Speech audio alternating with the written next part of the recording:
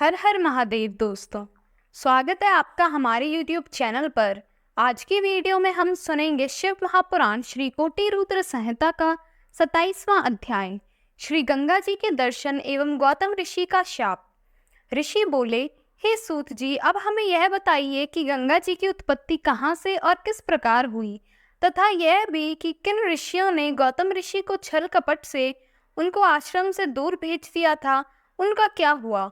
जब गौतम ऋषि को इस बात का पता चला तो उन्होंने क्या किया। ऋषिगणों के प्रश्नों को सुनकर महामुनि सूत जी बोले, जब गौतम ऋषि ने भगवान शिव को प्रसन्न करके गंगा जी को धरती पर अवतरित कराया था, तब श्री गंगा जी ने अपने जल रूप में ब्रह्मगिरि पर स्थित गुलर के पेड़ की शाखा से निकलकर दर्शन दिए थे। उनके दर्शन एवं आराधन के पश्चात गौतम ऋषि ने अपने शिष्यों सहित पतित पावनी गंगा में स्नान किया। जब गौतम ऋषि के परम शत्रु उन कपटी ब्राह्मणों को यह पता चला कि ऋषि गौतम ने अपनी तपस्या से गंगा जी को प्रकट कर दिया है, तो वे सब भी श्री गंगा जी के दर्शन की चाहत लेकर वहां आए, परंतु गंगा जी उनके आते ही वहां से लुप्त हो गई। यह देखकर गौतम जी को बहुत आश्चर्य हुआ और उन्होंने श्री गंगा जी से प्रार्थना की, हे मातेश्वरी, आप जगत का कल्याण करने हेतु यहाँ प्रकट हुई हैं, इसलिए आप सबको भी अपने दर्शन से कृतार्थ करें। माते, मेरी तपस्या के प्रभाव से इन लोगों को भी दर्शन दे। गौतम ऋषि के चुप होते ही आकाशवाणी हुई, मुनि, ये लोग छल कपट करने वाले हैं और सदा दुराचार करते हैं, इसलिए ये मेरे दर्शन के अधिकारी नहीं हैं। जब तक ये अपने पापों का प्रायश्चित नहीं करते तब तक इन्हें मैं दर्शन नहीं दूंगी। मेरे दर्शन करने के लिए इन्हें ब्रह्मगिरि की 101 परिक्रमाएं करनी पड़ेंगी।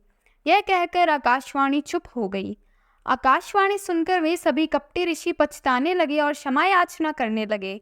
तब उन्होंने आकाशवाणी के अनुसार ब्रह्मगिरि की 101 परिक्रमाएं की।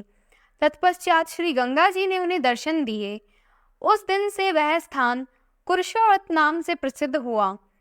ऋषियों ने पुनः सूत जी से पूछा, हे सूत जी, हमने तो सुना था कि गौतम ऋषि ने उन कपटियों को शाप दे दिया था, क्या यह बात सही है? इस विषय में बताइए। तब सूत जी बोले, हे महामुनियों, आपने सही सुना था। गौतम ऋषि परम ज्ञानी और भगवान शिव के परम भक्त थे। जब उन्होंने शांत हृदय से ध्यान लगाया तो वे सब कुछ जान गए कि वह गाय जिसकी हत्या का पाप उन्हें लगा था बनावटी थी, और उन सब ऋषियों ने मिलकर यह चाल चली थी। यह सब जानकर गौतम ऋषि क्रोधित हो उठे। तब उन्होंने उन कपटी ऋषियों को विद्या रहित, भक्तिहीन और अधर्मी हो जाने का शाप दिया। उन्हें शिवजी की भक्ति से विमुख होने का शाप दिया और फिर वे स्वयं अपने आश्रम में जाकर त्रिलोकनाथ भगवान शिव की आराधना करने लगे। दूसरी ओर वे ऋषिगण शिव धर्म से विमुख होकर कांची नामक नगरी में चले गए। ओम नमः शिवाय।